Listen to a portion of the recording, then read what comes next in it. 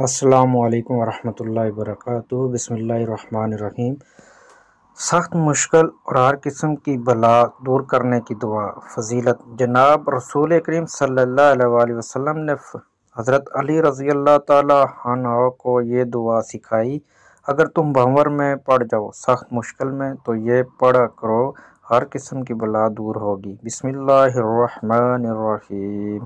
ولا حول ولا قوة الا باللہ العلی العظیم۔ قرض سے چھٹکارا حاصل کرنے کی دعا۔